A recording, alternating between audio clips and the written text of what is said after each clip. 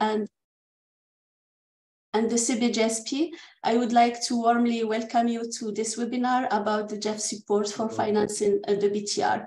As you know, Article 13 of the Paris Agreement established the Enhanced Transparency Framework with the objective to enhance transparency, track progress towards the achievement of the Paris Agreement, and build mutual trust between parties to raise climate ambition. This new ETF was further fleshed out in the MPGs adopted in Katowice and completed in Glasgow with the adoption of the various reporting tables, tabular formats, and various outlines of reports. This new system, although it builds on the existing MRV arrangements under the convention, has significant new provisions for developing countries and presents many challenges, particularly with regard to the technical requirements and the frequency of reporting.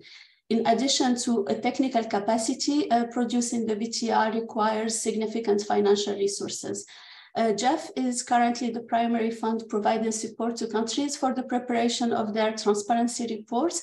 And with the increased need for support, GEF has allocated important resources to the transition to the BTR and has developed various modalities to fit the needs of developing countries. As per the CMA1 decision, countries must submit their first BTR latest by 31st December 2024, with, of course, flexibility provided to LDCs and SIDs who may submit at their discretion. By end of March this year, GEF has provided support to over 65 parties. Nonetheless, there is still an important number of countries that are eligible for support and that have not yet requested GEF support. With the deadline of the 31st December 2024 fast approaching, it is therefore critical that all developing countries initiate the process to access GEF funding at the earliest. That is why we have organized this information webinar to explain the supports provided by GEF, the various modalities available, and how you can access these supports through the various GEF implementing agencies. So we hope that by the end of this webinar, you will have a good idea on what support to expect, how to request it, how to request the funding, to whom, and how the process will work. We look forward to an informative webinar with plenty of interactions with you, and thank you for joining us today. I would like now to welcome Filippo Berardi from the GEF, who will be providing us with a few welcoming remarks on behalf of the organizers. Thank you very much, Filippo. Thank you very much, Fatima. Good morning, good afternoon, good evening, colleagues, wherever you are. Thank you for joining us today in this important conversation on BTR financing and access modalities. I'm sure everybody is quite busy, so we're thankful for taking the time to participate to this event today with us. So more than 4 years passed since the adoption in December 2018 of the modalities, procedures, and guidelines for the enhanced transparency framework under the Paris Agreement. The ETF, as established under Article 13, is the backbone of the Paris Agreement, and specifically, the framework guides countries on reporting their greenhouse gases emissions, progress towards their NDCs, climate change impact and adaptation, support provided and mobilized, and the support that is needed. A centerpiece of the ETF are the biennial transparency reports, or BTRs in short, which needs to be produced and submitted by each country to the UNFCCC every 2 years. BTRs operationalize the transfer of information about how countries are implementing the different aspects of the Paris Agreement. They are therefore an essential tool for aligning climate action with the long-term goals of the Paris Agreement. By tracking and reporting on the success and implementation challenges of the climate pledges, countries will also in the process collect the necessary information to strengthen their ambition and identify new priority areas for climate action. In other words, we believe BTRs and the process and system necessary to put them together are not only a tool to track and report on progress, but also to inform and enhance domestic decision-making, which can now be based on reliable and systematized climate-related information. As an operating entity of the financial mechanism, the Global Environment Facility has taken its mandate to support developing country parties in preparing the first and subsequent BTRs very seriously. We recognize the importance of engaging directly with countries and stakeholders and hearing their views, challenges, and priorities. To this end, we have organized 3 informal consultations on BTRs since June 2020. We use this consultation as an opportunity to provide updates on the support available to countries and to receive feedback and inputs from recipients on other specific aspects, including access modalities and funding levels. For example, last consultation in February 2022 provided useful information and perspective on the costing structures of BTRs and national communications. As a way of an update, and Fatima already covered these, but we're very happy to report that as of April 1st this year, the GEF has supported 79 BTRs in 65 countries. And you will see that by this number, it's evident that in some countries, we are already funding BTR2 in an effort to provide solution to increase efficiency and speed up the timeline that is needed to put together this report. The total funding that we've provided to date is of in excess of 56 million. And it's worth noticing that this is separate from the resources allocated to countries through the GEF STAR system, and also additional to those that countries can access under the capacity building initiative for transparency. So in addition to the 56 million provided for BTRs, to date, we've provided also close to 150 million for CBIT. The GEF entered a new phase, GEF 8, in July 2022, with a record replenishment of 5.3 billion. And compared to GEF 7, resources allocated to climate change set aside for the preparation of BTR have increased substantially, jumping from 110 to 145 million in GEF 8. This signals the importance for GEF donors and the entire GEF partnership of supporting the timely implementation of the ETF under the Paris Agreement. So it's clear that a lot of work has been invested so far, but as Fatima also noticed, we have limited time before the deadline for the submission of the first BTR, and we still have to receive a request for support from about 80 countries. So we are taking this opportunity to encourage all parties that haven't yet applied for GEF funding to do so at the earliest opportunities and with a view of meeting the deadline for submitting the first BTR to the UNFCCC Secretariat by the December 24 deadline. The GEF, jointly with the UNFCCC, the Capacity Building Initiative for Transparency Global Support Program, has organized this series of webinars to raise awareness and inform developing countries parties on access modalities and procedures of both the GEF and its implementing agencies on how to access BTR support. The webinar also count with the valuable participation of GEF implementing agencies, specifically the UN Environment Program, the UN Development Program, and FAO. Before I hand back to the moderator, please allow me to take this opportunity to thank all of our partners for support the GEF in helping countries on their ETF journeys. And with that, I look forward to a very successful and engaging discussion. And more importantly, we and all of the partners that are present today look very much forward to seeing as many countries as possible approaching us for BTR support. And with that, back to you, Fatima or Susan. Thank you very much, Filippo, for those words. I think the message is clear. The resources are currently available, and countries are invited to ask for support as soon as possible. So thank you very much, Filippo, for these words. So now, before diving in, we have a small Mentimeter for you. If you could please go to the Mentimeter website, and you have the code here. My colleague Suzanne has already put the code also in the chat, so you may access it also through there.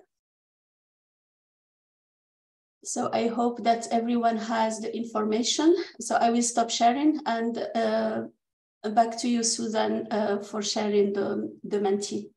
Thank you. Let me just open the Mentimeter. Yeah, we just do a small survey to kind of get everyone activated and to get everyone engaged in this webinar. So the first question is, from where are you joining us today? Just to see from where the participants are coming from. So we have the Pacific, India, Middle East, New Zealand even. It's a good spread. Africa.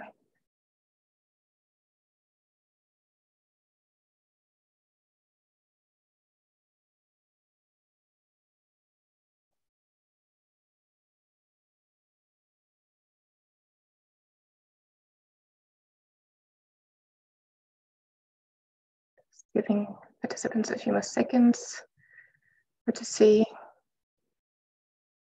where everyone is joining today.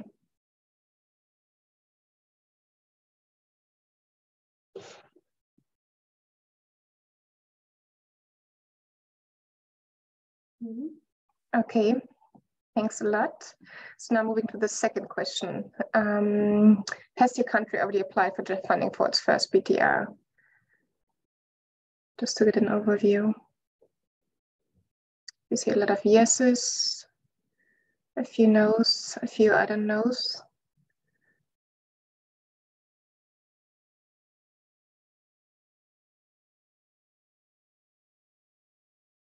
Yes is still prevailing, but there are also a number of participants who are not sure.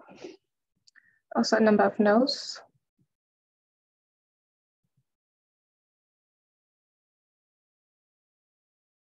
No, no. Okay.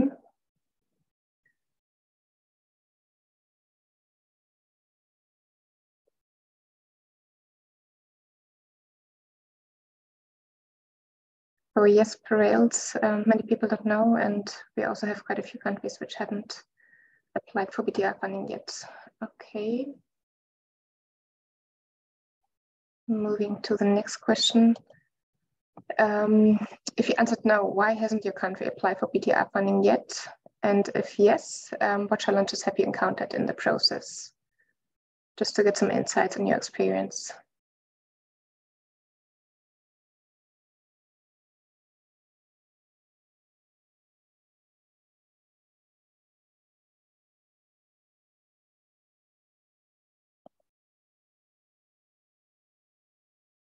I'm giving people some time to answer. We're still working on the BOR. I have no idea. Let's wait a bit more for answers coming in. Submission of first BOR this month, BTR to come, and a document submission. Planning to apply, that's good. No challenges yet. I'm just working with BTR roadmap. No major challenges faced, that's also good to hear. No data and lack of manpower. Yes, common challenge.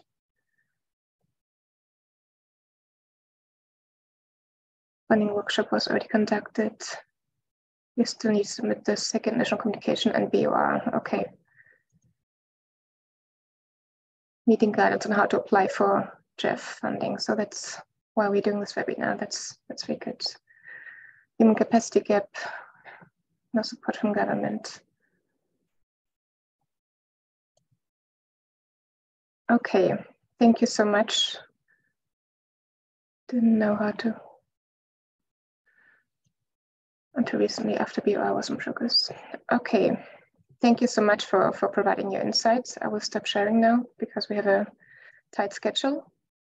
Yeah, thank you very much for your participation, and thank you, Suzanne, for conducting this this survey. So we see that there are a few countries that still have not applied, or they don't know whether they have applied for a BTR funding, but also in terms of reasons for not applying, I think now it's many countries need to accelerate the submission of the BUR so that they can access to the new funds for the BTR. So I think that's quite an important information, and the acceleration of these submissions need to happen as soon as possible. So thank you very much for your participation. So then let us start with our first presentation of today. I would like to invite Tibor Lindowski from the UNFCCC Secretariat to give us a brief overview of the provisions of the ETF and how they compare to the MRV arrangements under the convention, in addition to some important deadlines. Tibor, thank you for joining us today. You have the floor. Thank you very much, Fatima, Zahra, and I'm actually going to start saying good morning and afternoon, as this workshop is dedicated to Asia-Pacific region, but I saw that... Sorry, Tibor, we are having trouble to hear maybe your headset. This is it. Yeah, perfect. Always the case. It's the first time I've been using it. So again, I wanted to start saying good morning and afternoon, as this workshop is dedicated to, or webinar is dedicated to Asia-Pacific region, but I see people are joining us from all over the world. So I would start saying good early morning, as I myself, I'm joining from Germany, where the sun is still not on the sky, and afternoon and evening to everyone. Thank you very much for this opportunity. I will now share my screen. Hopefully everyone will be able to see it. And let me press the presentation button. Hope everyone is able to see it now. So thank you for this opportunity. I will have a very brief presentation of the transitioning towards the ETF and the new reporting requirements. Some of the information have been already mentioned by Felipe and Fatima Zahra, but I think it's important to actually go again through this. So I will start with a short overview of the current transparency arrangement under the convention, as we call it, the MRV, and transitioning towards the enhanced transparency framework under the Paris Agreement. So as you can see on this slide, on the left hand side is the existing transparency arrangement, which starts with reporting, review, or analysis, and the multilateral consideration. It's quite clear that there are two streams at the moment under the convention. One is for developing countries, and the second one is for developed country parties. You can see the one for developing country parties, which is more relevant in this context, in the more dark blue, which means that in case of reporting, currently the developing country parties are submitting their biennial update reports, and this will be replaced by the biennial transparency reports under the new ETF. In case of the review or analysis, developing country parties or the BURs are undergoing the technical analysis, which will be replaced by the technical expert review by the technical expert review team. And lastly, the last piece of the process is the facilitative sharing of views currently under the convention, and this will be replaced by the facilitative multilateral consideration of progress. As mentioned, under the Paris Agreement, there are no differences between developed and developing country parties. So this process will apply to all the parties. So submitting their BTRs, the technical expert review, and the facilitative consideration of progress apply to all parties. However, it's very important to mention some of the key areas of enhancement and each achievement by the Paris Agreement. starting with the first one, which is that the provisions and the requirements are mostly mandatory compared to the provisions under the convention. And this gives a much better clarity and transparency to the process, to the information that are shared. Secondly, it's also established, the Paris Agreement established the MPGs, which are the modalities, procedures, and guidelines. And these MPGs are applicable to all parties. However, there is a flexibility to those parties or those developing countries that need it in the light of their capacity. So this is something that has been attracting a lot of attention, and it's very, very important, especially from the developing country party side, because the flexibility is captured in the MPGs in a way that they can, as we know, every country is currently at a different stage of the process. Some of them have not yet submitted even their first BUR. Some of them are submitting their third BURs. So in this context, it was very important to capture the flexibility for those countries that need it in their light of their capacities. Thirdly, parties also need to identify, regularly update, and report on areas of improvement. And this is also an enhancement compared to the previous process under the convention. It's very important not only to look at where currently countries are, but also where or how do they develop their institutional arrangements and their processes, their policies. So this chapter or this section looks into this type of information. So it's necessary to also report on the improvement in their processes as they go forward. And lastly is the NDCs, the reporting, technical expert review, and the FMCP, as I have mentioned, and their relationship with Article 15, which established the compliance committee, which is basically a committee that is supposed to, or is a mechanism to facilitate the implementation of and promote the compliance. Let me now move to the next slide. As you can see, this slide is quite busy, so I would like to actually give you a brief overview. And I think the most important here is the milestone, which is the year 2024, which is also divided by a red line in the middle. So if you look at the left side of the red line, so basically currently we are already in 2023, you can see that for you as a developing country parties, the final biennial update reports are to be submitted no later than the 31st December 2024. And also, as mentioned already, the BURs and the ICA process will be replaced under the new enhanced transparency framework. If we look on the right-hand side again, as mentioned already, after the 2024, there will be a new process under the Paris Agreement, and this speaks to all parties. So the first biennial transparency reports are to be submitted by all parties at the latest by the 31st December 2024, but also mentioned by, I think, Fatima Zahra in her introductory remark that there is a discretion for SIDS, so small island developing states, and the LDCs. They don't have to submit the first BTR by this deadline, but at their discretion. The second point is with regard to the technical expert review, which is to be initiated immediately after the submission of the first BTRs or the subsequent ones. So this process will start right after the submission. And lastly, with regards to the facilitative multilateral consideration of progress, this process will start as soon as possible following the publication of the technical expert review report.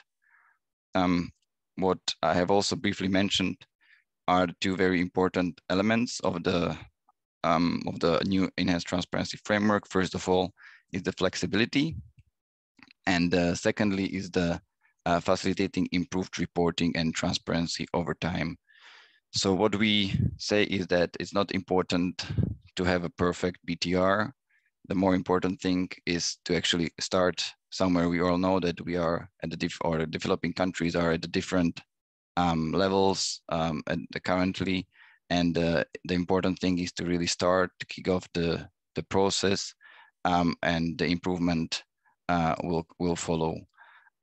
Lastly, if we look at the last two information at the bottom, as you can see, these two elements are throughout the whole timeline, which means that the technical analysis of the RED+ activities for results-based incentives will also continue. So will not stop with the ETF, but this will continue together with the submission of the national communications by developing country parties. In this case, this process will also continue beyond the 2024.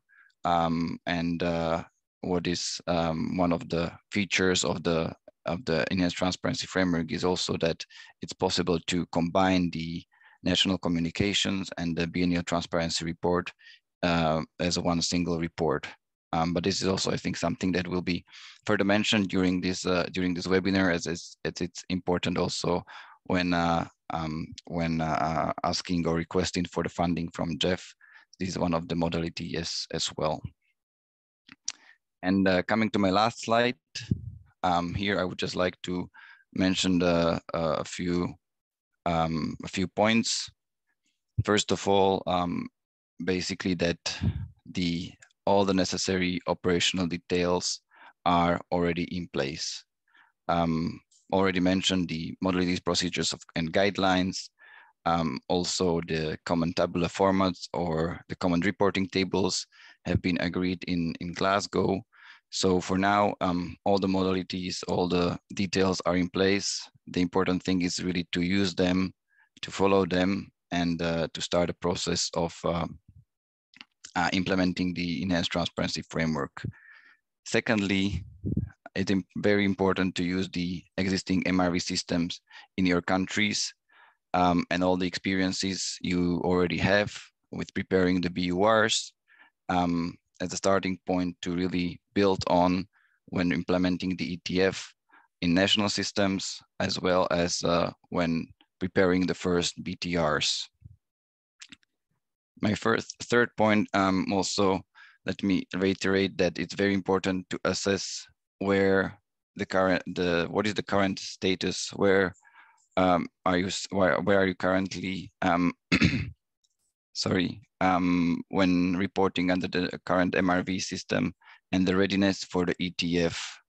For example, in the context of institutional arrangement, in the context of which climate policies and processes are in place, and compare these current states to the new requirements of the ETF, because this really gives you a good sense of where you are currently and where you need to be by 2024. Last but not least, also don't underestimate the importance of implementing the ETF when it comes to institutional arrangements. Try to use the success stories and the lessons learned from other countries or also from your own country, and really focus on enhancing the institutional arrangement, because it's also a very important basis for successful implementation of the enhanced transparency framework. And lastly, let me also reiterate what you probably already know, and that is that ETF really goes beyond the preparations of the reports.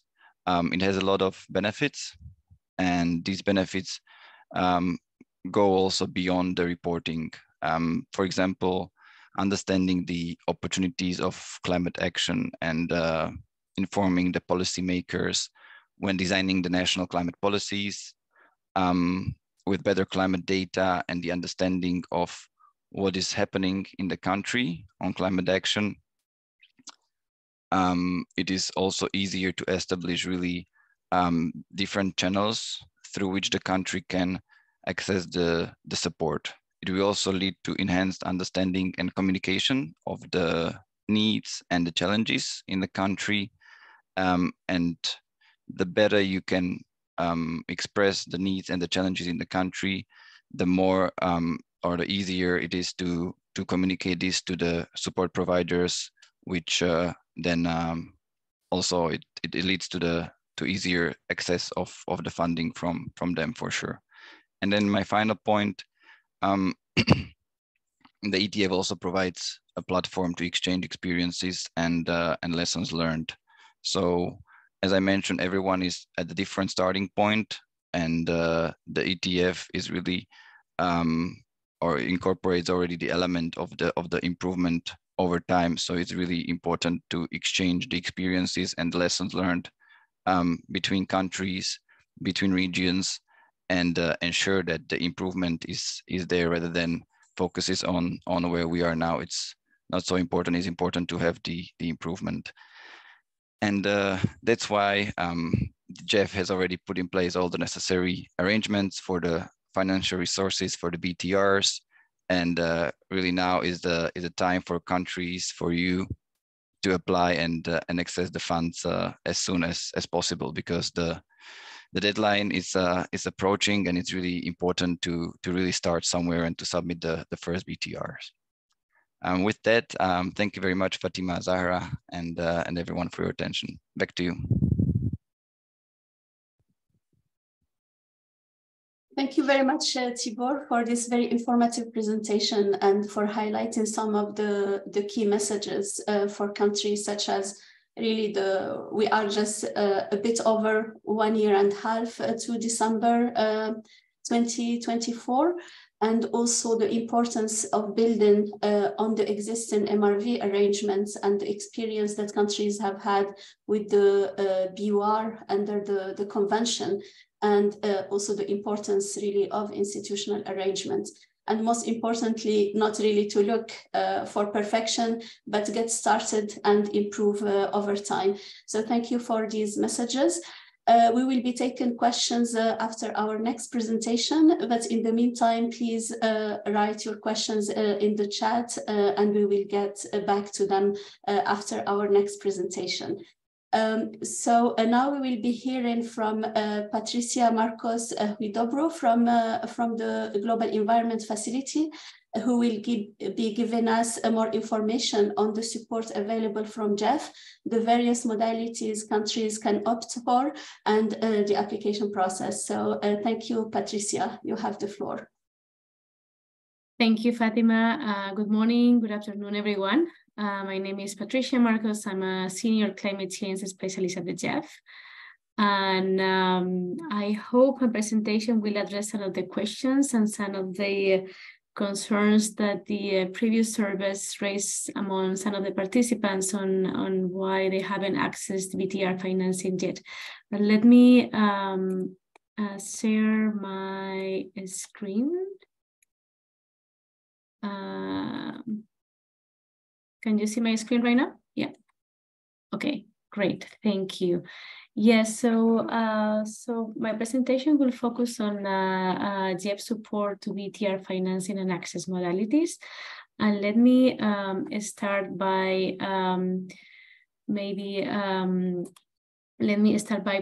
give you an overview of the kind of support that the GEF is providing to the Enhanced Transparency Framework, or the ETF. So we are supporting the ETF in 3 different areas. The first one is on reporting, climate reporting. So we are providing financing for BTR and national communications preparation. So this is the first area. The second one is capacity. We are supporting countries in building their capacity through the climate, through the CBIT, the Capacity Building Initiative for Transparency, GEF initiative to help countries strengthen their institutional and technical capacities to meet the ETF requirements. And we actually included this slide because we knew that some of the reasons why some countries haven't requested BTR support is capacity, national capacity. So we wanted to highlight this other area of support that the GEF is providing under the TTF and the linkages that it has with the climate reporting. And the third area that the GEF is supporting is under the ETF is global support, what we call global support, which is the CBAT global support platform that Fatima is currently managing together with Susan. And basically, as Fatima mentioned before, the CBAT global support program focusing on assisting countries transitioning to the BTR and ETF provisions, primarily through facilitating coordination and knowledge management. So those are the three areas of support from the GEF to the ETF. Today, we're going to focus primarily on BTR financing modalities, but we will also make some linkages with the CBIT, which we believe is really important. It's also available for countries, and we would like also to see countries requesting support under the CBIT as well.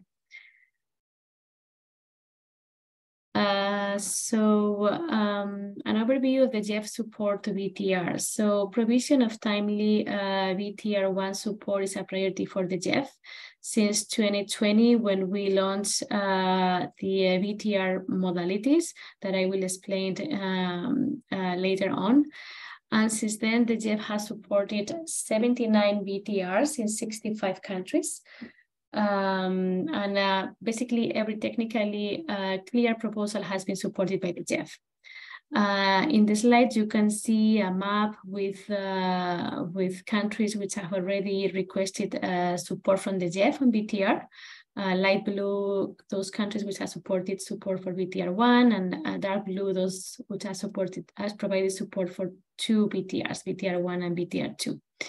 So some figures on our support, we have provided more than 56 million in support to BTRs. We have supported 65 BTR1s and approximately 14 BTR2s. We have 3 modalities that I will explain later: standalone, combine, BTR1 and NC, and top up. And you have there the number of countries which have requested each of the modalities. Let me maybe stop here. I think my colleague Filippo mentioned it earlier, but I think it's important to clarify this question. So the GEF works in cycles, 4-year cycles. We are currently on our GEF 8 cycles, and under each cycle, all the GEF eligible countries, they do receive what we call national allocation, which is the famous STA allocation. But I think it's important to clarify that particularly for BTRs and national communication, the GEF has a dedicated budget, where we call set-aside budget. So funding for BTRs is not drawing from the STAR allocation of the country. So this is a separate budget that countries are eligible to request funding from that budget. However, there are some countries that on top of their set-aside resources for BTR, they can still use their STAR or national allocations. We have some examples of countries like such as Brazil, India, Malaysia, Mexico, and Nigeria, which on top of their set-aside resources, they're also using STAR resources for their BTR development. And particularly for BTR, we have 3 agencies providing implementation support, which are UNEP, UNDP, and FAO. And they will, after the presentation, I think they will also provide an overview of how to access those GEF resources. We included this slide, particularly on the Asian Pacific region, since we are targeting these countries in this webinar, even though I know we have other colleagues joining us from other regions, which are also welcome. Particularly in the Asian Pacific region, the GEF has supported 15 countries and approximately 16 BTRs. You see in the picture the countries which have already requested a BTR support. And in the graph below, you see the number of countries which have requested support for their BTR1. So as you can see, for the Asian Pacific is 15 countries, which is approximately less than 40% of the countries which are eligible for GEF funding. And you can see the region is a little bit behind other regions in terms of accessing BTR resources from the GEF. And also to give you an idea, in the region, in the Asian Pacific region, approximately 42% of the countries in the region have requested CBAT support. And again, we're making the link again between the CBAT and the BTR, given the interlinkages between the two of them. So as you can see, we have actually more countries, a little bit more countries requesting CBAT support than BTR funding. And we also included in our presentation this slide on the CBAT, the Capacity Building Initiative for Transparency. Sorry for being so insistent on the CBAT. It's just that we wanted to make sure that all countries and all the colleagues who are joining us today, they are aware of the CBAT, and we encourage them to apply if they haven't done that. It's a quite flexible initiative in providing capacity building support. So far, the CBAT has provided support to 88 countries with approximately 147 million. More than 90% of our portfolio is currently under implementation. And particularly in the Asian Pacific region, we have currently 20 countries benefiting from the CBAT support, compared to 15 countries which have requested BTR support, as per the previous slide. In the case of the CBAT, we have a total of 7 agencies providing support to the initiative. We have Conservation International, FAO, FECO, the Inter-American Development Bank, UNEP, UNDP, and WWF US. Again, we are happy to also address any questions you may have on the CBAT. We'll probably make another link with the CBAT further on my presentation. So as we were explaining before, the GEF works in cycles. We are currently under our 8th replenishment cycle, which started in July 2022 and will go all the way until June 2026.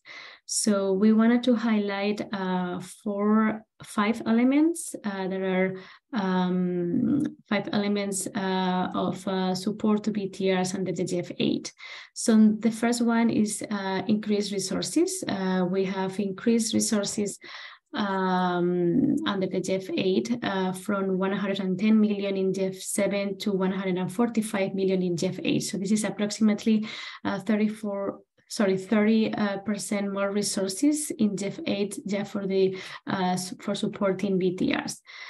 We have also an updated cost structure under the GEF 8.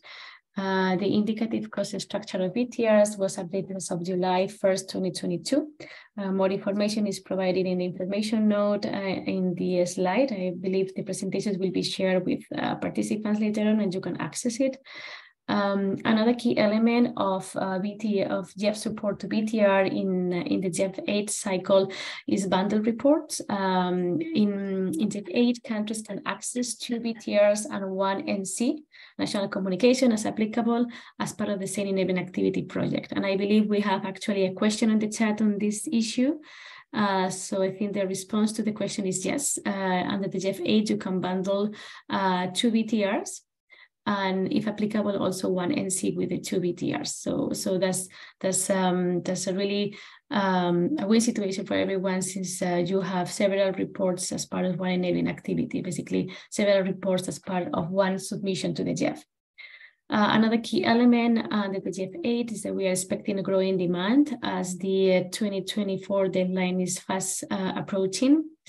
And again, we are expecting more synergies with and interlinkages and alignment between the BTR and the CBIT projects. Again, sorry, bringing in the CBIT again, but it's important that any CBIT project or any BTR project is built on any existing BTR or CBIT developed in the country, given all the synergies between the two projects.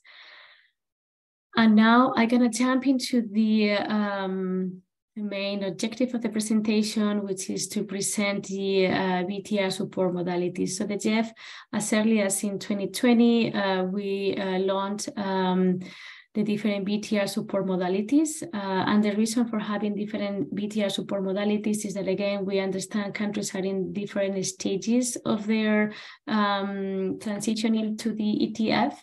So the idea was to try to have different modalities that will fit within the needs, challenges, and priorities of each countries. So the first modality that I'm going to present is the standalone BTR. This modality has been available since January 2021 and is available only to those countries which doesn't have an ongoing BUR support from the GEF. So basically those countries which have an ongoing BUR support from the GEF, they are not eligible under this modality. Countries can have an ongoing NC support from the GEF, that's not a problem, but they cannot have an ongoing BUR support from the GEF. So countries which fit under this modality, they can access up to 600,000, again, from the set-aside funding. So this is the set-aside budget that I was mentioning before, and this is not drawing from the national allocations, the GEF national allocations from the countries. And maybe before jumping into the next, let me also clarify that BUR support from the GEF was phased out as of January 1st, 2022. So we are not supporting countries in new BUR projects since January 1st, 2022. And the idea behind that was to help countries transitioning to the BTR as soon as possible. The second support modality from the GEF is the combined BTR and NC. This modality, same as the standalone modality, is available since January 2021. And is only available to countries which do not have an ongoing national communication or BUR support from the GEF. So if a country has an ongoing national communication and BUR support from the GEF which hasn't been submitted to the UNFCCC yet, then this modality is not eligible, is not available for those countries. In this case, countries, those countries that are eligible, they can access up to $633,000 from the set-aside funding. And last but not least, we have what we call the additional financing or top-up modality. This modality has been available since January 1st, 2023. And is a modality available for those countries which have an ongoing BUR or national communication from the GEF. So those countries which have, as of today, they do have an ongoing BUR or national communication with the GEF, they should be eligible and they should be requesting this support modality, BTR support modality. Let me clarify, this option is only intended to be used for the first BTR. And the idea behind this modality was to help those countries which still have an ongoing BUR or national communication transition to the BTR, to the ETF, have a small transition and make and try to make use of the synergies between the BUR and the BTR and submit and have BTR submitting as soon as possible, as well as the BTR in parallel. So I remember in the survey, we have a few countries that were still working on their BUR. For those countries, just to let them know that they can still access the BTR financing, and this will be the modality that will fit best for those countries. So even though you have still ongoing BUR, you can still access this modality, this additional financing or top-up modality. So I will end my presentation here, since I think we are a little bit behind the schedule, but I'm happy to address any questions countries may have. And just wanted to highlight that some of the reason for some countries that they highlighted on not still accessing BTR funding was the lack of a human capacity lack. Other mentions the lack of manpower. Other mentions still working on BURs, and others mention they don't know how to apply. So I know this presentation was a little bit condensed, too much information, but I hope at least some of your questions, they have been addressed, and we will be happy to continue working with you and addressing any questions you may have. But I think through the CBIT, there is room for addressing those human capacity gaps. There is option also for BTR financing, even though you're still working on your biennial update report. And yeah, for those who don't know how to apply, please feel free to reach out to us asking for support, and also through one of our implementing agencies. We will be presenting in more detail after my presentation how to access the GEF funding for BTRs. So thank you so much, and yeah, looking forward to your questions. Thank you. Thank you very much, Patricia, for this presentation. I think it's really good to know the various modalities that GEF has with regard to the funding that's available. I think, as you say, all countries could find a modality that suits them in these three that you have mentioned here. It's also important to highlight the importance of the national CBIT projects that could offer a lot of complementarity and synergy with the reporting. So it can build both technical and institutional capacity that would facilitate the reporting and the developments and preparation of the BTR. So thank you for that. We have a few questions in the chat. Tibor, if you could please very briefly address the issue of discretion for developing countries. So when should they submit if they would like, if they don't want to submit by the deadline? What's this flexibility that is provided to them? Sure, thank you very much, Fatima Zahra, and thanks for this question as well. So basically, the discretion for SIDS and LDCs is in relation to the submission of their BTRs, right? So this means that they don't need to follow the deadline of the 31st December 2024, and they can do it as their discretion. That means that they can also submit it at a later stage. However, we always try to encourage these countries, to start as soon as possible. And as mentioned a few times during this webinar, it's not important to submit the first perfect BTR, but really to start somewhere and improve over time. So that's basically it from my side to respond to this question. If there is any follow-up question, I'm more than happy to respond to it as well. Back to you. Thanks. Yeah, thank you very much, Tibor. The next question is to our colleagues from GEF. Is GEF considering to allow programming of CBIT and BTR NCs resources under one project? Yeah, thank you, Fatima. I will take this one. Unfortunately, this stage we are not. We cannot bundle CBIT and BTR national communication resources for different internal resources, including we have different pots of money for the two activities. So unfortunately, at this stage, this is not an option. Mm-hmm. Thank you, Patricia. There is another question about the various modalities.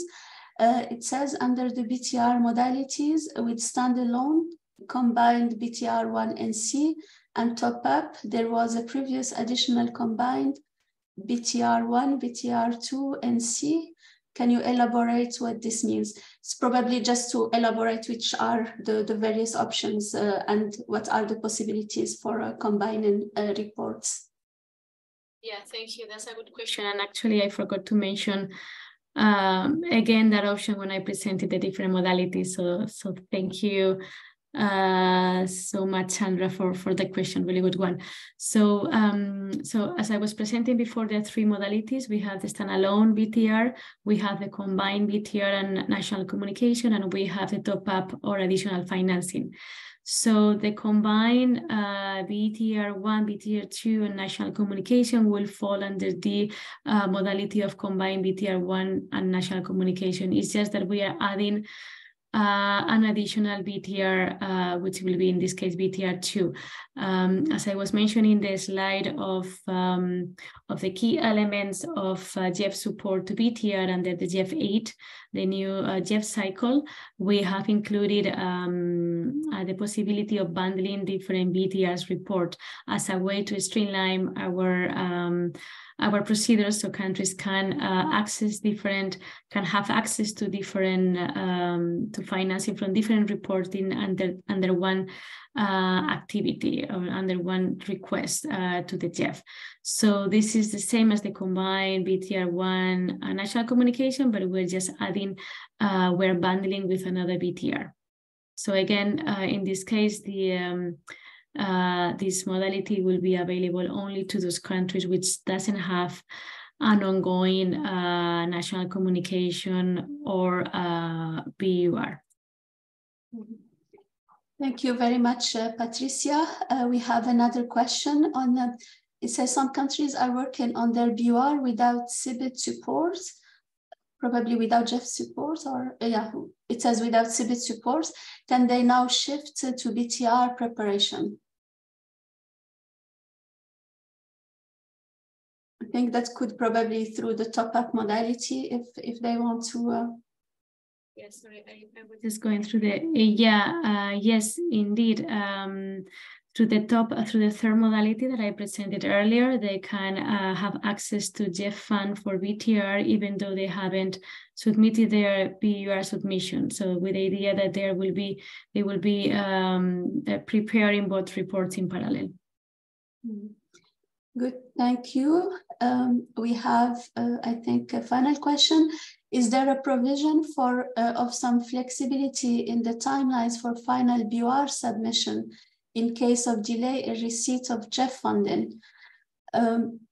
Is it BUR or BTR, Abatiwari, that you mean here? BUR, okay. So is there a provision of some flexibility in the timeline for a final BUR submission in case of delay in receipt of GEF funds? Maybe Tibor, if you would like to address. Yes, I think I can take this. Thank you, Fatima Zahra, and thanks for this question. It's a good one actually that we've been asked a number of times already. But as you know, the BUR's submission, there is not a shell, it's not mandatory. There is not a mandatory timeline for a BUR submission to the UNFCCC Secretariat. That means that the final BURs are to be submitted by the December 2024. But of course, the timeline is not mandatory for developing country parties or non-Annex 1 parties. That means that, of course, if there is a delay in the receipt of GEF funds, it's still somehow possible to submit it at a later stage as well. Mm-hmm. Thank you, Tibor. But I think here the main thing is that if countries do not opt for the top-up modality, then they would need to finish the BUR before asking for the BTR support, and that's what could delay the now mandatory timelines for end of December 2024, of course, for the countries that do not have the flexibility to use their discretion. So we have another question: best ways on how CBIT and the BTR and C reporting can add value to each other's if a country has both CBIT and BTR and C confirmed support. So basically this is to see how how the CBIT and the enabling activities projects can work together to and have synergies and complementarity. I don't know if the colleagues from GEF would like to address that, or maybe we can address it when we get to the implementing agencies.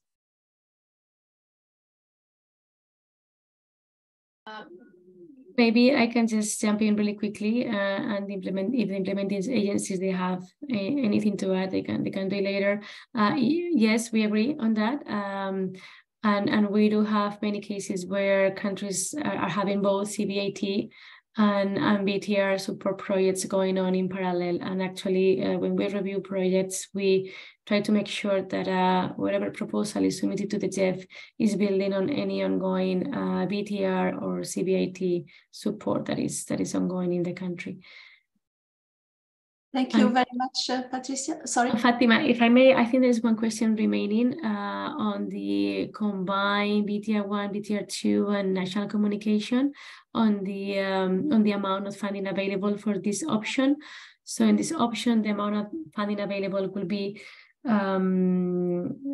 so in this case, we the idea is that the country will submit one BTR, like one BTR in 2 years, so that will be $600,000, and then it will submit a combined BTR, second BTR or an NC in the 4th year, right? So that will be the combined option of $633,000. So the total amount will be $1,233,000.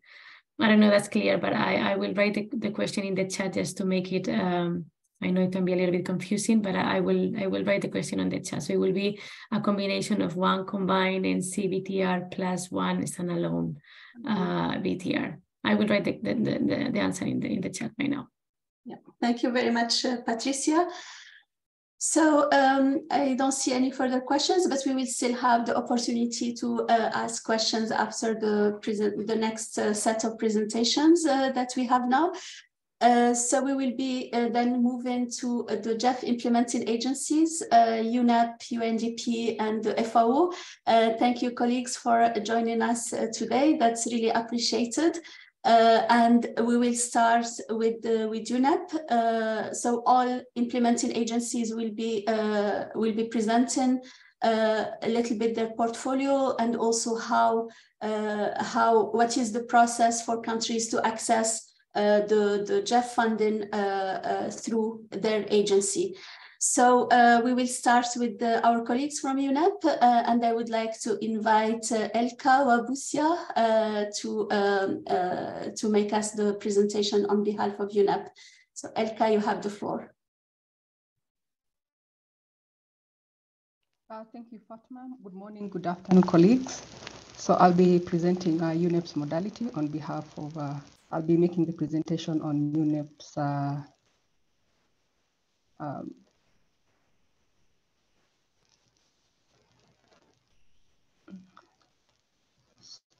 let me just share PowerPoint.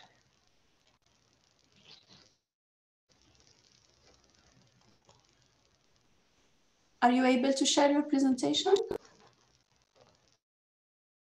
Yeah, I think so. Are you able to present it? Yeah. You able to see my presentation?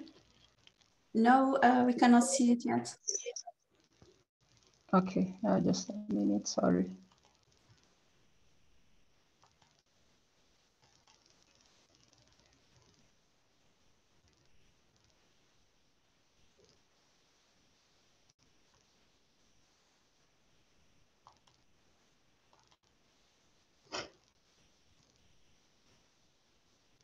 Elka, would you like us to share for you? Yes, yes, please. Okay.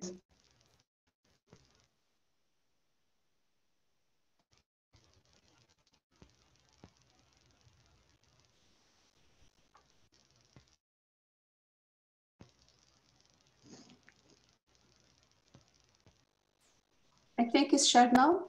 You may start. Okay, so thank you, Fatma. So just the presentation, my presentation outline, I'll just give you the UNEP's portfolio, the current number of national communication and BUR that we are supporting in terms of the zones and the numbers, the status of transition.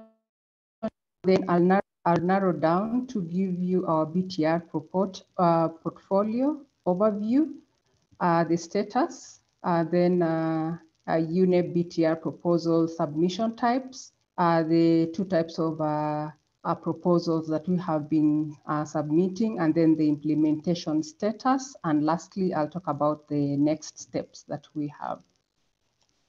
So generally, UNEP is supporting around 88 countries spread from the LAC region, Africa, we have Asia and Asia Pacific, as well as the Americas. So in summary, in terms of the number of countries that we are supporting, in the LAC region, we have 13 countries. Europe, we have 2 countries. Africa, we have 42 countries, and Asia, we have 31 countries. So out of the 88 countries, in total, we have about 166 projects for national communication BURs and BTRs, with more than 92% of these projects being executed by national governments. Then approximately about 8% of the projects are executed through the UNEP regional offices and UNDP. So in total, again, maybe it's also too important to consider that out of the 88 countries, 62 countries, which is about 70% of the countries that we are supporting, are the LDCs and SIDs. So just narrowing down to be able to see the countries specifically that we are supporting and their distribution and also the projects. So for instance, in the Latin America and the Caribbean, as I've said, we have a total of 13 countries. And out of these 13 countries, we have 6 countries, the ones in blue here. The 6 countries have not transitioned to their BTRs. They're basically still preparing their national communication and BUR. Suriname just recently submitted their national communication, I think it was last week, and they had already submitted their BUR, so they are ready to transition. Then we have this set of 4 countries. These ones are the countries that are already transitioning to the BTRs. It means that they still have some ongoing national communication and BUR, but they have already received funds for their BTRs. Then the last 3 countries are those that have fully transitioned to BTR, meaning they do not have an ongoing national communication or BUR. So they're fully preparing they have accessed funds for their BTR. Then in Africa, as I said, we have 42 countries, and out of these 42 countries, 13 are still have not transitioned to their BTR preparation. They're still preparing either their national communication or BUR or both. Eritrea, as I may mention, is a special case in as much as they had already submitted their BUR-NC, they had not ratified to the Paris Agreement, but they recently ratified, so they should be able to transition to the BTR. Then we have 21 countries that are in transition. This set of countries, it means they still have some ongoing NC or BUR, but they have received funds for their BTR. These are the 21 countries. And then we have the 8 countries here. These ones have fully transitioned, meaning they have submitted their national communication, their last national communication and BUR, and are now fully focusing on preparation of their BTRs. Then in Europe, we have Azerbaijan that has not transitioned, is currently preparing the final national communication and BUR. Then we have Moldova that has fully transitioned. They just submitted their last 5th national communication in March. So they are fully focusing on their BTR processes. And then for Asia and the Pacifics, the total number of countries that have not transitioned are 15. These are the countries that are still preparing their national communication and BUR. Then we have 12 countries that are in transition. They have received funds and they still have national communication or BUR ongoing. And then we have 4 countries that have fully transitioned. As I said, they do not have any ongoing national communication or BUR. So UNEP has been using 2 funding modalities to support countries to access the GEF funds. And one of them is through the standalone or the expedited process, where we have the single countries preparing the proposal to access the funds. And this takes about 3 to 6 months, also depending on the country's capacity in terms of preparing the proposal. And this proposal comes with a fully developed implementation plan, meaning the country has already set out or described the implementation structure that is in place to implement the project. They have also provided the work plan, which provides the timelines for preparation of the different chapters and the budgets. Then for the standalone or the single country submissions, these proposals are approved on a rolling basis. So it means they do not need any GEF Council approval. And an example of the countries that have taken up this modality is we have Malaysia, we have Moldova, and Vietnam. Then our second approach is the umbrella programs. This is whereby we have the programs that include multiple countries with the different projects. So this is an expedited process that will take up to not more than 12 months. And this normally requires the approval by the GEF Council. So ideally, countries under this program have different projects. For instance, I'll give an example of the latest program that was approved. That was the BTR and NC approval. We had countries that had a BTR project, others had a combined NC and BTR. We had also those that had the bundle, that is a combined NC BTR and a BTR2. And we also had a few countries that received funds for the top up. So maybe just to be able to get a little bit deeper into the overview timelines, I'll just give an example of the timelines that took for the latest umbrella proposal that was approved by the GEF this year. I'll just give you the timelines that we had. So around March, April, UNEP prepared the proposal. That is basically the concept which was shared with countries. And at this particular point, countries that were interested had to submit their letters of endorsement as a commitment to being part of this umbrella. Sorry, just a minute. Okay, this slide that I'm showing is giving an example of the 2 proposals types. So the upper part is showing the single country proposal and the timelines, and the lower part is just showing the process that the umbrella goes through. So for the expedited or single country, so the first thing is we share the guidance notes, including the templates, with the country to be able to start populating the proposal. And one of the things that we need from the country is a letter of endorsement and the draft for them to also submit a draft proposal. So that was between March and April. Then UNEP's role here is we review the draft proposal that has been submitted by the country, provide our comments, and work in consultation until the country finalizes the proposal. Again, ideally, that process should take 1 to 2 months, but again, it depends on the country's capacity, on how long they are going to take to put the proposal together and also address the comments.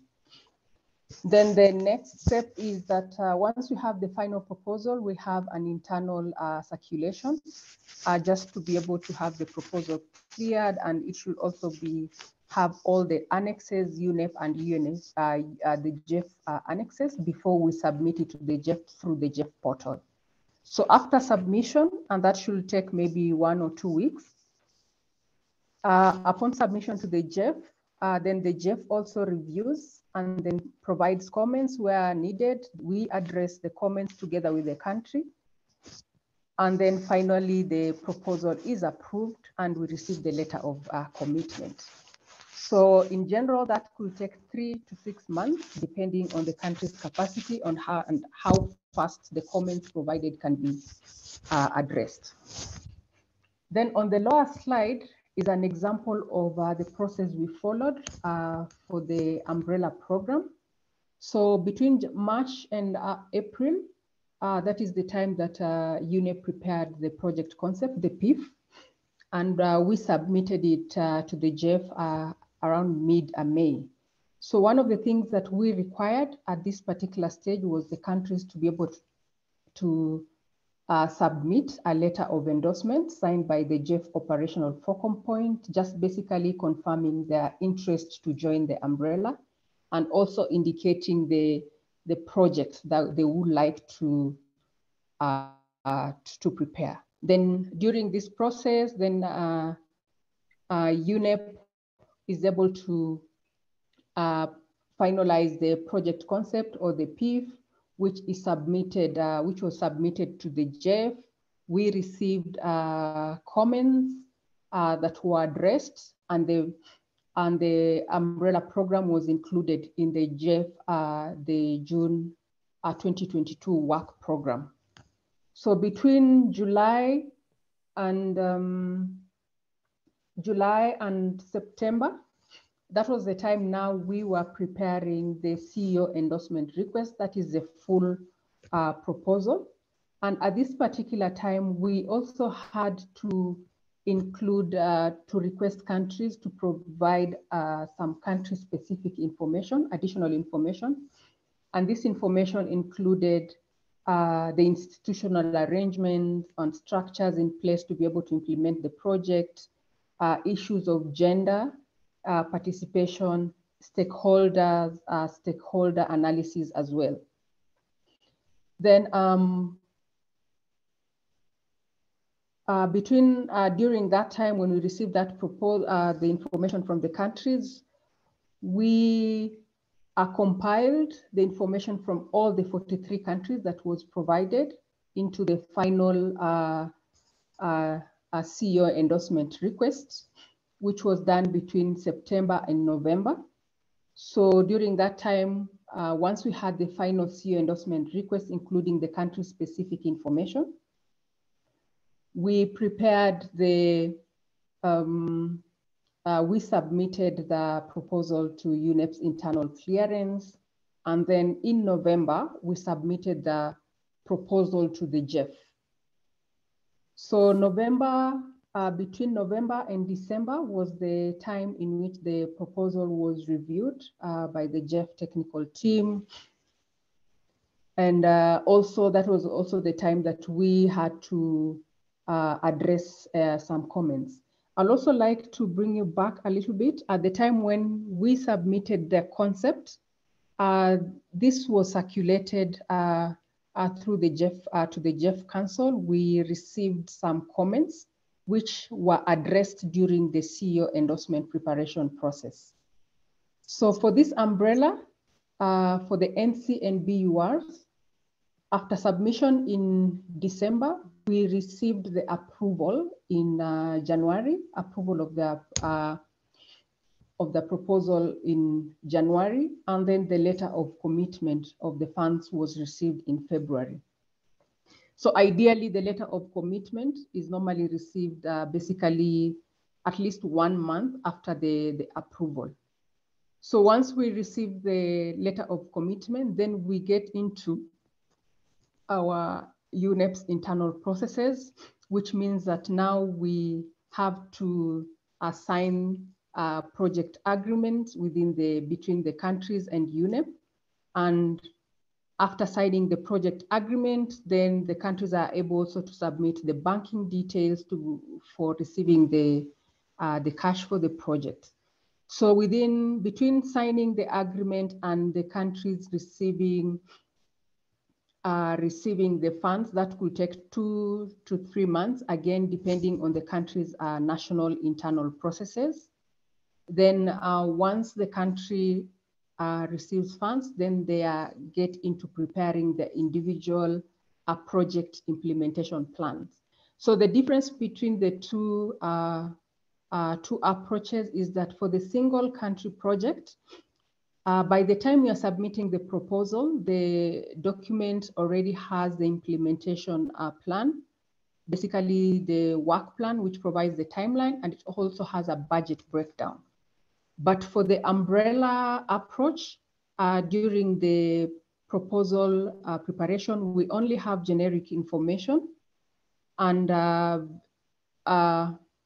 not complete information, for instance, the work plan and the budget for each country. So it means that after the proposal is approved, now the country gets into the process of preparation and implementation plan before they start the execution of the project.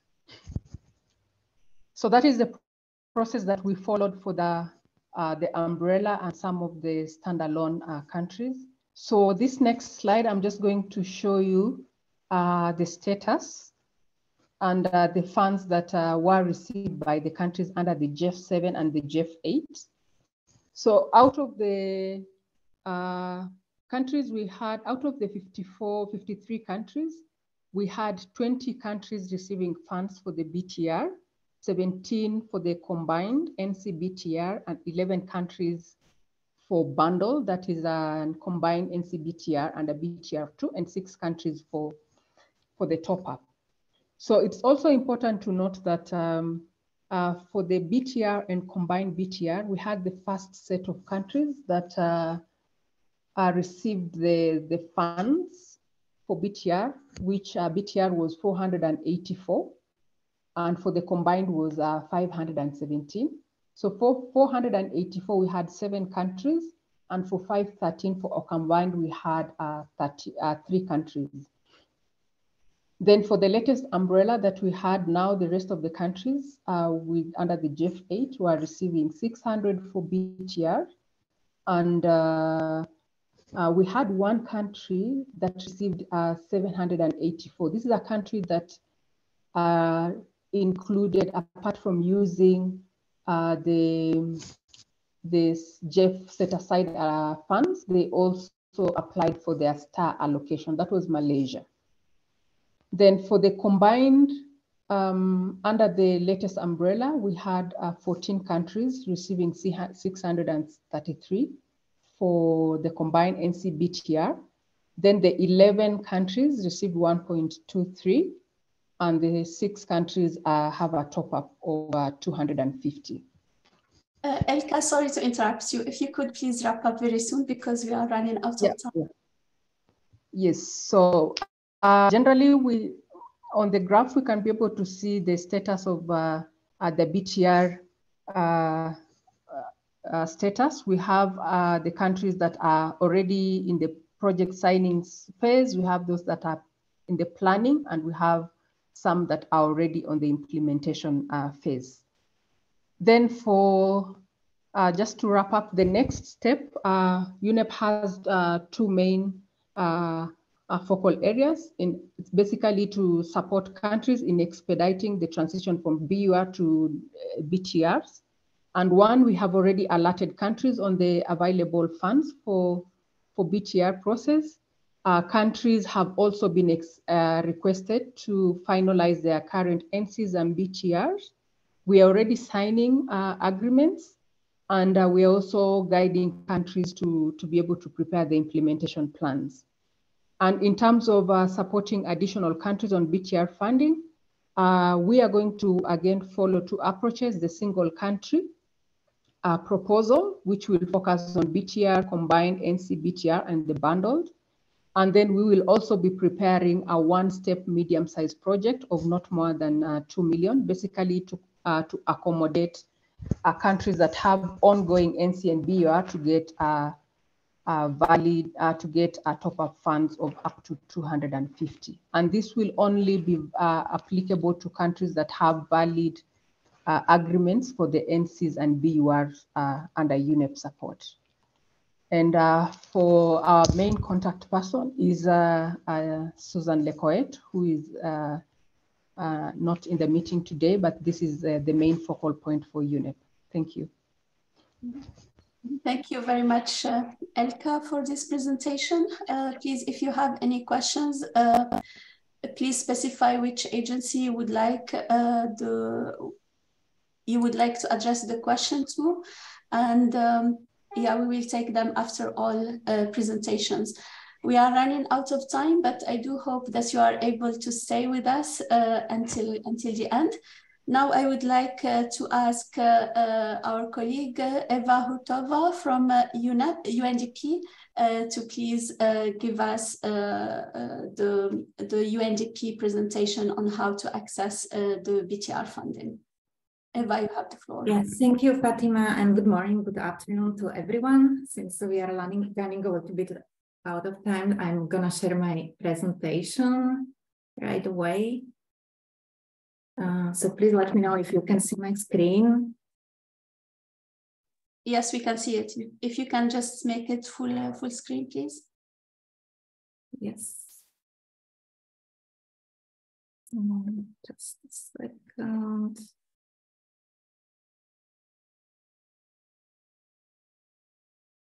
Great.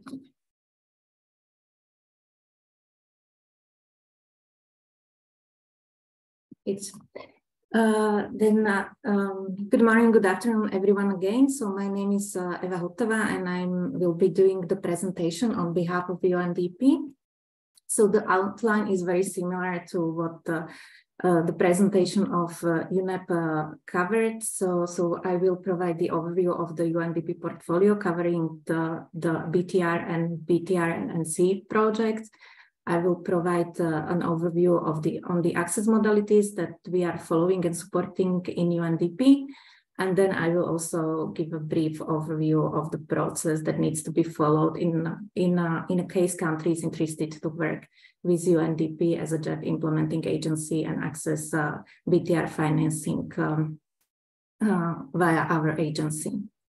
So this is the overview of UNDP's portfolio of the current BTR and BTR-NC projects that we are supporting. Of course, our portfolio is a little bit wider with all the NC, BUR, and BTRs project. We currently have 70 projects in the portfolio and are supporting 50 countries. So this map is only covering the support that we currently provide to BTR and a combined BTR and NC projects. So we have 7 projects under implementation. So they are in a dark green on this map. So it's covering Cook Islands, Costa Rica, Georgia, Montenegro, Morocco, Namibia, and Panama at this moment. We also have 4 projects that are already CEO approved or endorsed by the GEF Secretariat. Those are in India, Mexico, Brazil, and Nigeria. These are either pending at this moment the signature of the project document by the government counterparts, or are requesting major changes and will need to go through the major amendment process before being internally cleared and before they get the delegation of authority letter for the signature of the project document.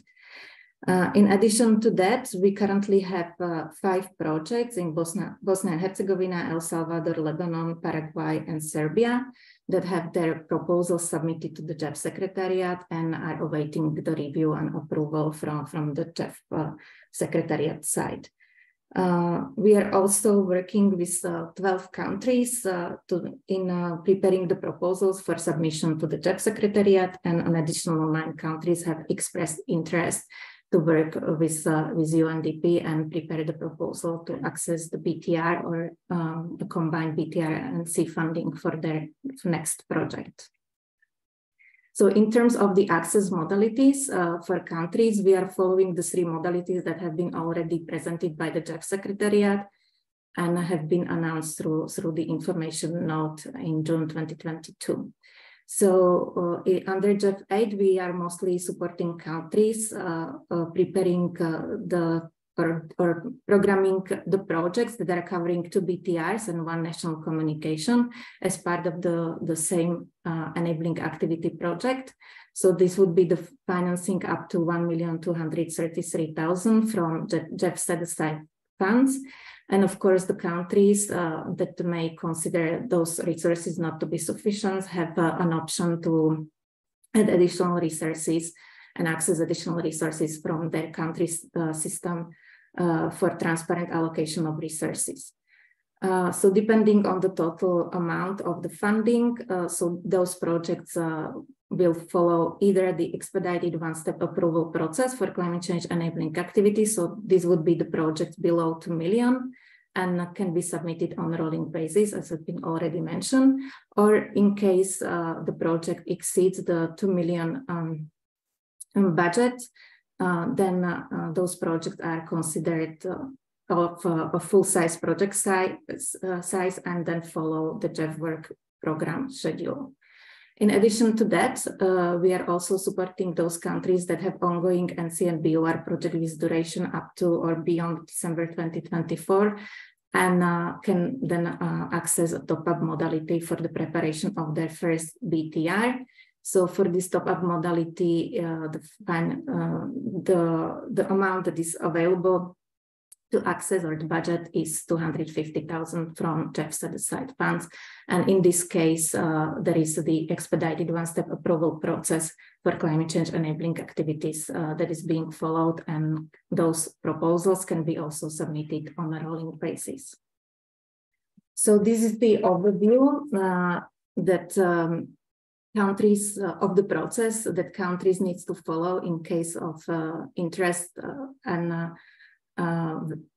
of working with UNDP and accessing the BTR funds via UNDP. So the length of the process may vary and depends on various factors and the capacities of the country offices, but also of the implementing partners. But in a minimum, the length is around 5 to 6 months for one-step enabling activities projects. And this is covering the time between the government request is submitted to UNDP country office until the approval of funds by the GEF Secretariat. So if your country wishes to access BTR financing via UNDP, the first step would be for the government representative to submit a request to UNDP country office resident representative. There is no standard template. You can submit either email or government letter, and that's when the process is starting. The next step in the process is the capacity assessment. This is focusing on the assessment of capacities of the UNDP country office, but also on the capacities of the implementing partner, where we are mostly focusing on assessing the risk related to the implementation and on the selection of the appropriate implementation modalities. So this takes approximately 2 weeks, but in case there is no valid or there is an expired assessment of the implementing partner, this may take longer. So it's important to know whether the implementing partner that is being selected for the implementation of the project has a HACT assessment already completed. If not, then it can take a few months to complete. The next step after the capacity assessments are completed is the project proposal development. This also takes in average 2 to 3 months. Under this step, it is our guidance and support. The government is preparing the enabling activity request project document with mandatory annexes GEF OFP endorsement letter, GEF checklist for audit risk review, social environmental screening process, gender analysis, and action plan. And there might be some additional requirements as applicable. UNDP has annotated version of those documents. It's also important to mention that the GEF-SEC under GEF 8 programming period has significantly simplified the application form of the enabling activity request. So this is making the process more straightforward and easier for countries to complete the templates. So once we have the project proposal package ready, then it goes through UNDP internal clearance, and which takes approximately 2 weeks, and then the package is being submitted to the GEF Secretariat. The review and approval process by the GEF Secretariat takes in average 2 to 3 months. With UNDP, it's important to note that each project needs to also be circulated for 4 weeks to the Council members for a review. So once this process of the review and approval is completed and the GEF seal approval is granted, then UNDP is issuing the delegation of authority letter to UNDP country office, and that's the authorization to proceed with the product signature. And the product signature is also the start date of the project implementation. And that's the date after which we are working on the first disbursement, and the project team and the implementing partner start preparing the inception workshop, and then is following the project implementation timeline and completing the individual milestones that are applicable to the implementation of those projects. So primary focal points for UNDP, it's always the UNDP country office, but at the regional level, you can always also reach out to myself or to Claudia Ortiz, who is our senior technical advisor. So with this, I thank you for your attention, and I'm available to answer any questions from countries. Thank you. Thank you very much, Eva, for your presentation. Colleagues, if you have any questions, please do write them in the chat and we will address them at the end. Don't be shy. I know that you have quite a few questions that I received already by email from some of you. So please do write your questions here. Now we will be moving to our colleagues from the FAO. Mirella, you have the floor.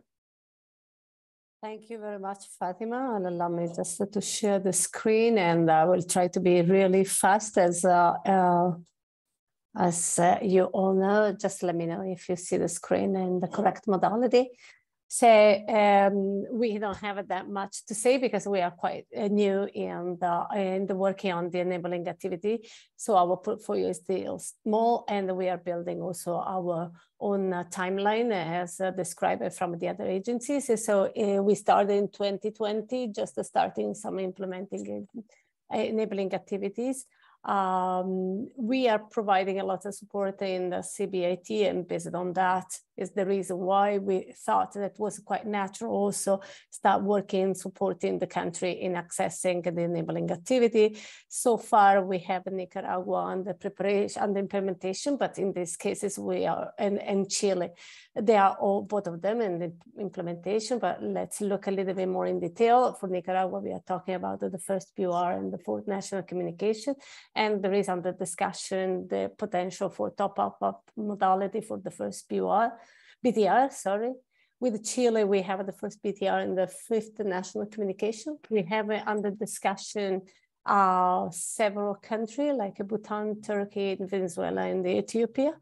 And on the side, you see the status of the different countries. So as I said, we are still building a little bit more on our capacity. So overview of the process, if a country would like to have a FAO as implementing agencies for the biannual transparency report support, should contact the local office requesting a call to evaluate together the BTR support modality. So we will present the overall packaging, as a describer from the GEF. We will provide the template for the letter of endorsement with the FAO contacts to be submitted for request that had to be signed by the GEF operation focal point. At FAO headquarters, the FAO transparency team will provide guidance and templates for the preparation of the project proposal for the implementation plan. We will review all the government's inputs based on a transparency desk review assessment or a country-driven assessment that we provide them to get a real clear understanding where are their gaps and needs. And if I may, as I don't have that much further to say, I'm the focal point from FAO, even though the proposal and the letter of endorsement had to be sent also to Jeff Griffin. I will provide all the inputs and emails. Well, one thing that we are really trying to strengthen is really what was discussed before about the connection between the CBAT and the BTR projects. So as much as we can in countries where we have both of them, we try to ensure that the CBAT serve in terms of building the capacity for each one of the actions that are required under the BTR in order to be able for the proper preparation of the BTR. So that is the modality that we are working. And it was very good today to have an overview because in several cases, we don't have any umbrella program. So we're not necessarily are fully aware about all the country already included, but today we build such a knowledge, and that was really an excellent opportunity also for us to understand. Thank you very much for the opportunity. Thank you very much, Mirella, for your presentation. So now the floor is open for questions. Please either write them in the chat or raise your hand and the floor will be given to you. Maybe just to kickstart the discussion, who should be basically contacting you as implementing agencies? Is it the UNFCCC focal point? Is it the GEF focal point? Who from the government should be contacting you?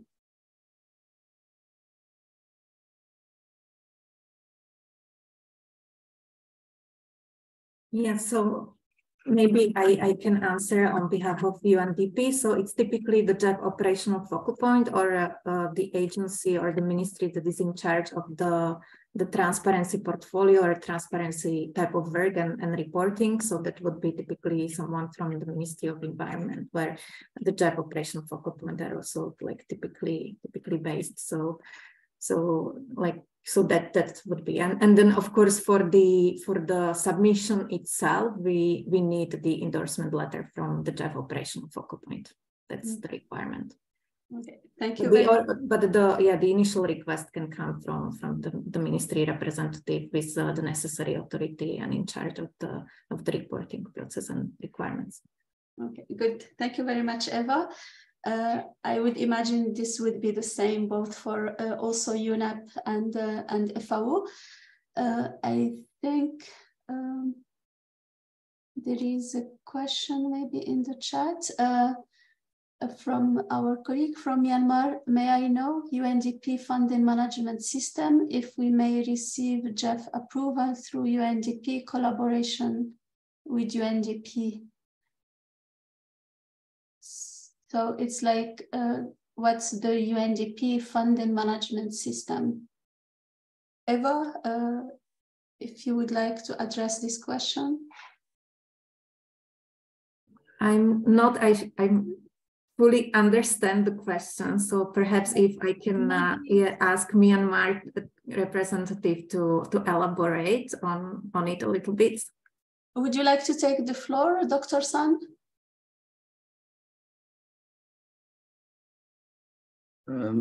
Thank you, Fatima. Yes,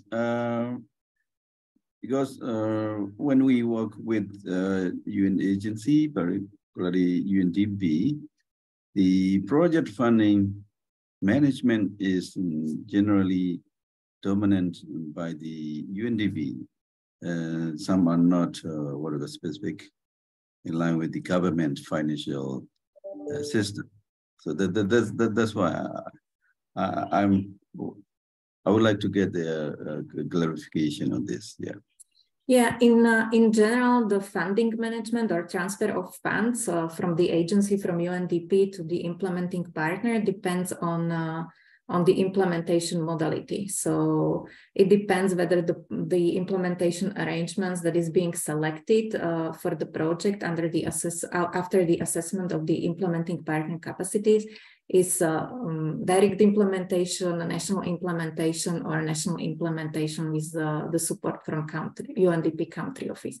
And of course, like under those implementation arrangements, also based on the capacities of capacity assessment of the implementing partner, there are several modalities like making an advance, or processing the payments on behalf of the implementing partner. So it all depends on the project and on the implementation modality that is being selected for the project as the most appropriate. So we would need to look at the individual case of the project and the assessment. Thank you very much, Eva. Maybe a question for you, Elka, with the umbrella projects. So can countries just join existing umbrella projects, and if so, what would be the criteria for that? Thank you, Fatma. So when we are at the PIF stage, most of the time we have already received interest from countries. But when we are preparing the CEO endorsement, we always have a window for additional countries to be able to join the umbrella.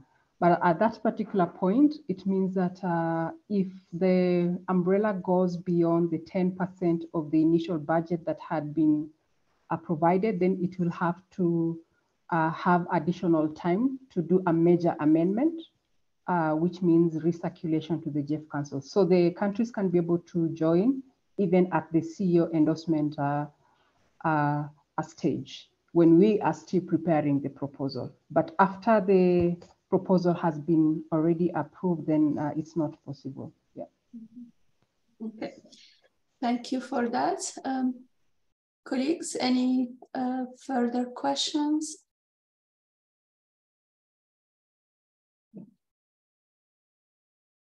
This is a general question for all the three of you. From your experience so far, what do you think that are the elements that countries should take into consideration when they are applying for the BTR proposal to expedite the process and make it more streamlined?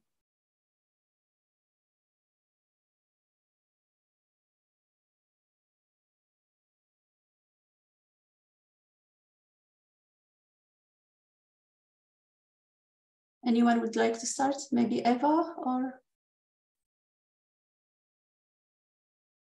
Yeah, I think it's very important to consider like the current status of their ongoing NC and BUR projects. Of course, if they have the ongoing project, and perhaps like the most effective way of accessing the GEF financing and the most streamlined, it would be the top-up modality.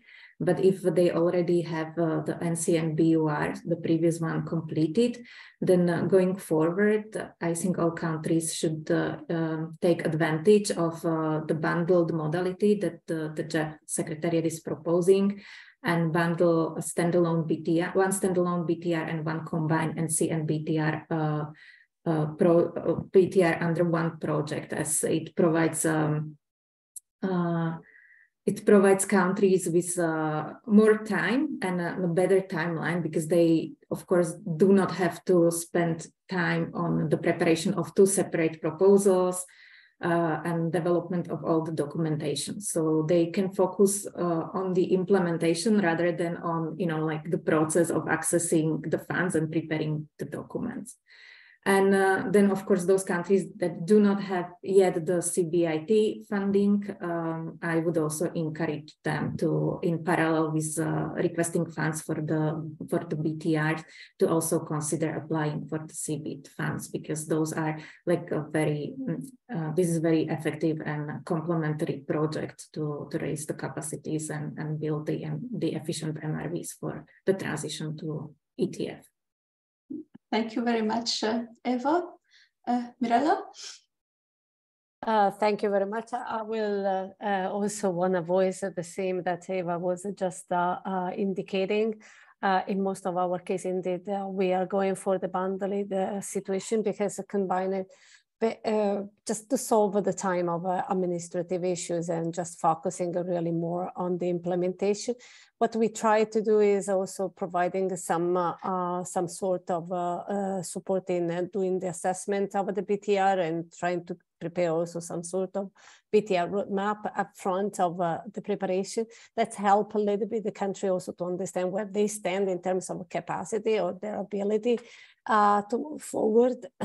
So that is also another opportunity also to ensure that all government officials are a little bit more aware of what is happening and what they are going through, and raising awareness. So it's a first attempt in order to ensure the proper implementation as soon as they receive the money. Thanks. Thank you very much, Mirella. Elka? Yes, so thank you. So for us, one of these things that we are doing is first encouraging countries to submit their ongoing or current NCs and BUR. And the other thing is we are also encouraging countries to also look at the top-up modality on the ongoing, as they will be using the already existing institutional structure. So it means it's just a matter of amending the current agreement to include the BTR project, which generally will be, the process will be a little bit shorter. And lastly, we are also encouraging countries to have early planning. For instance, if you are almost submitting your current NC and BUR, then there's need for you to start planning for your BTR. Basically 6 months prior to submission of your current project, then we need to start putting in a proposal for your next report. And this one is able to close the funding gap between the two reports and also have a seamless transition from one report to another. Thank you. Thank you very much, Elka. I see you, Tibor, come in. Would you like to add something or? Thank you, Fatima Zahra. I would actually have a question. Okay, please. So yeah, I would have a question to all three actually as well. Just as a matter of fact, the processes are quite similar as they have been introduced to us. But the question is, as I would be a country looking for support, what would be the element, or how would I choose to which one actually to reach out to from you three? You know, is there any difference? Is there any you know, anything to consider while reaching out to you, or it's basically more or less the same, because we saw that the timelines are similar, the processes are similar, of course, a bit different modalities. So just wondering, you know, if this would help countries to actually, you know, choose which way to go. Thank you, Tibor. Who would like to address this question? Just to start, Tibor, many times what we understand is a matter of a relationship that the country has with any of the country-specific office of the different agency. So it depends several times. You know, they are more attached to one or the other agencies. So that is how, in some way, they identify their own country, their own implementing agency. From our side, I know that maybe here it can be confused because FAO is a kind of a more agricultural forest oriented, but in reality, in the concept of the BTR, we are covering the all overall sectors. And that is something that we are doing already also in transparency on the CBAT project. So just to reassure the country that we are not necessarily just looking at a follow sector. So thanks also for this opportunity. From our side, as we are building our knowledge, as I was saying on the BTR preparation, we try to support the country taking stock of having a big group of experts in terms of transparency issues. And so what we are going to offer is not only the opportunity for achieving and accessing this financing opportunity, but also providing and supporting guidance from a technical expert also in the face of the implementation part. So that is what FAO would like to offer to speed up, to help to speed up the process for the country. Thanks a lot. Thank you, Mirella. I don't know, Elka or Eva, would you like to come in? Or? Yes, so for us, we follow maybe 2 or 3 different processes.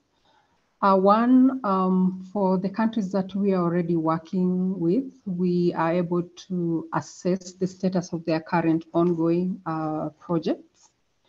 And from there, we are able to identify the countries that are ready to move to the next reporting. And once we have done the assessment, we're able to, depending on the number of countries that are ready to move to the next proposal preparation, that will determine whether we'll do a standalone or an umbrella, depending on the number of countries that are there.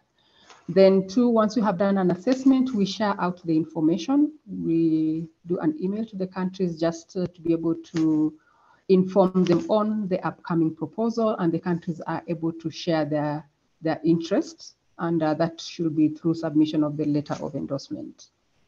Then we also have cases where we have individual countries just approaching us, maybe the focal point, the UNFC focal point or the GEF focal point, or the representative from the ministry just expressing their interest to work with us. So at that particular point, we organize meetings to just take them through the UNEP processes in terms of accessing the funds. And we explain the 2 modalities and also take them through the UNEP working modalities, that is the UNEP cycle, how we work with countries in terms of the institutional arrangement, the implementation, and the monitoring process.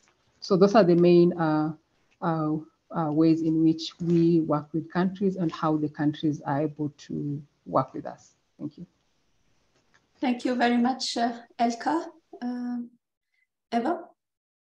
Yeah, I'll be very brief because I basically agree with already Mirella mentioned that the selection of the GEF implementing agency is entirely on the country. So they can choose the implementing agency that they wish to work with. But of course, like because those projects has been ongoing and are being implemented for decades already, the countries already have an experience. Like the selection also depends on the relationship the countries have with the agencies and also on the previous experience. Of course, like those countries that work with us, like we have, they know that the process that we have already in place, the templates that we are providing the support on with, like the simplified and with all the guidelines included. We are trying to streamline the process as much as possible. Also with those projects that we have, the ongoing projects, we are trying to encourage them to start the process as soon as possible. So we are reaching out to them because we already know the anticipated date of the submission of their ongoing report. So we are trying to work with them and encourage them to start the process of applying for the funds for the next project, at least 6 months before the operational closure of the ongoing project. So this is in a nutshell, like for the countries, like to decide on the agency. Thank you very much, Eva. There are a couple of questions in the chat. So the first one, can countries access the CBGSP support to BTR and NC reports? So basically, the global project does not provide support for the preparation per se of transparency reports of the BTR and NC. However, it can come in as an addition or complement or fill a gap if an existing project is there, or if even there is no project, then we can try to help you access the funding that is available. And we provide trainings, capacity building in the areas of transparency to help you with the transition. So please do get in touch with us, either my colleague Suzanne, myself, or our network coordinators, depending on where you are. As you can see, we have here in the screen Jepal for Asia and Ravneet for the Pacific. So please do not hesitate to get in touch with us. There is another question maybe for our colleagues from GEF. It says some countries have national CBIT projects and some have sector-specific CBIT projects, such as CBIT Afolu. Can the sector-specific apply? Like if a country has a sector-specific project, can they apply for a national CBIT project? It means, are they eligible to have 2 CBIT projects at the same time?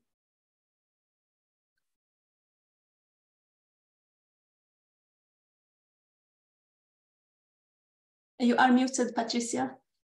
Yeah, sorry, I was double muted. Yeah, maybe I can come in, and my colleague Esteban, actually, who is connected, is the one who manages the CBAT. So I will try to reply, but Esteban, feel free to jump in as you see fit. In theory, the GEF allows countries which have already a CBAT that is being completed. It allows for a second phase of the CBAT, provided that there is still a good justification and need for capacity building within the country. But unfortunately, I don't think having 2 CBAT projects in parallel is an option at this stage. But we are already working with some countries in their CBAT too, provided again that there is a proper justification and needs for capacity building within the country. Thank you. Yes, just if I may add, what we're requesting is if a country is finishing their first CBIT project, by the time we review the second phase of their CBIT, they should have submitted their terminal evaluation. But going back to the question, countries shouldn't have 2 CBIT projects in parallel, but perhaps to what they are referring is global projects. So we have had the Afolu CBIT project and the Forest CBIT project by FAO, as well as the CBIT GSP, which have supported several countries around the world. So aside from the national CBIT projects, countries could also benefit from the global projects as well. Yeah. Thank you, Patricia, Esteban.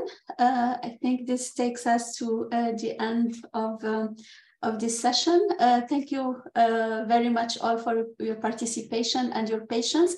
But before moving on, please, we have a very quick survey for you, just a couple of questions.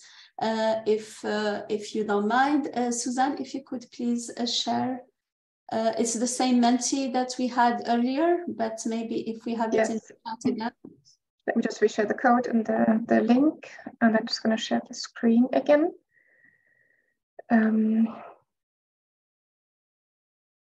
Okay. Yeah, just to get a bit of feedback on the session. We have a few other sessions coming up and many more webinars on the CBTSP project. So we would like to get your feedback on how useful this webinar was for you. Yes, you can be honest.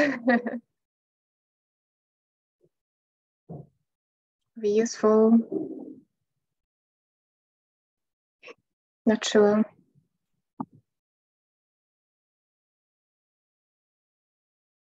Just a couple more seconds to give people time to answer before moving to the next slide. Yes, let me.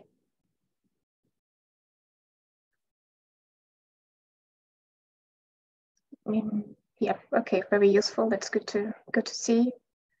In the interest of time, let me move to the next slide. This webinar provide you with more clarity on how to access funding for your BTR. Please also be honest. We would like to have your honest feedback to tailor future webinars and future events. Yes.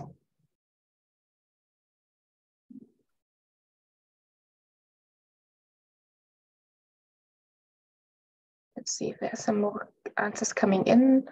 Just a couple of seconds.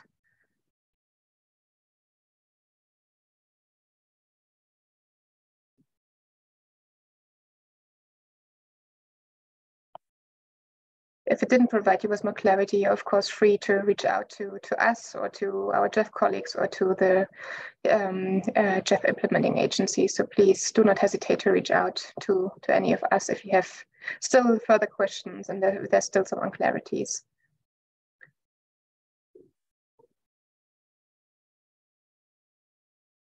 Okay, that's good to hear. There's at least some more clarity coming out from this webinar. It's really good.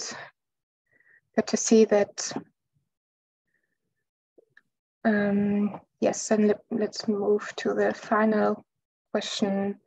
Are there other areas you would like to learn more about in the future? Just an open question for us to know, especially in the CPGSP project. Are there any other areas that we should cover through webinars or other activities in the future? You can be open here. So any areas within transparency that you think there's okay, yes, the review process. Yes, that's of course another big area to explore. Anything else from the participants?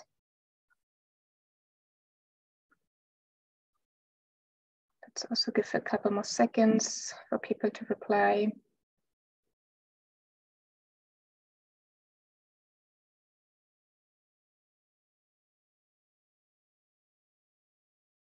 Okay. Yes, I think we are quite late already, so let's stop this here. We will share all material also on the CBIT platform. We already shared the link, and yeah, please feel free to reach out to us. Thank you. Back to you, Fatima. Yeah, thank you very much, Suzanne, and thank you all for your patience and for staying with us. We know it's really late, and also for our colleagues from UNFCCC, it was 6 a.m. when we started this webinar, and I think for Istanbul as well, and Nairobi and Rome, it was also very early. So thank you very much. And it's the middle of the night now for our colleagues from GEF. So thank you really for having been able to join this webinar and provide all this information. So now you have all contacts of people that you can reach out to if you have any questions, so that it is clear for you how to access support. So do not hesitate to take this opportunity to contact them if you have any residual questions. With that, I don't know, Jeff, would you like to have any final word before we close this webinar? Seems not. So I think it's a good night for you, and good evening to everyone. And thank you very much for joining us. And yeah, goodbye. Thank you very much. Bye. Goodbye, everyone. Thank you so much. Goodbye. Thank you so everyone. much. Thanks a Bye-bye. lot. Bye. Bye, everyone.